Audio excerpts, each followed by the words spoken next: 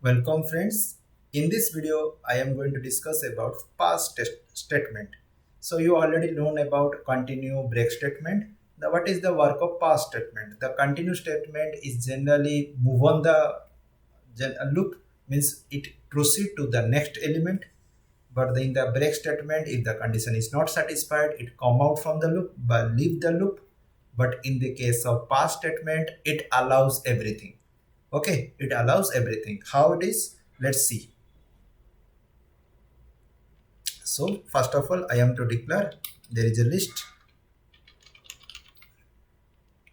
then for x in L column, then if x modulus 2 equal to 0, then pass.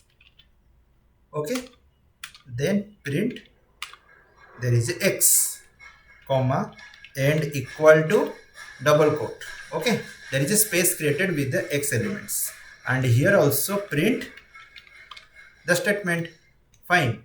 So now when it is going to run it, see 1 2 3 4 5, everything is going to be allowed, means there is a odd numbers, even numbers, everything is going to be print.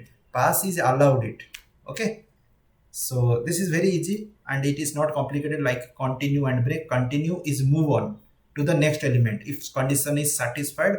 At that time I am writing the logic in a way, in a such a way that you can understand how the continue is going to work. But in the case of past statement also, so there is, if the condition is satisfied, then it is showing you as a allowed to you executions of all the elements after 1 2 3 4 5. Okay, so that's it.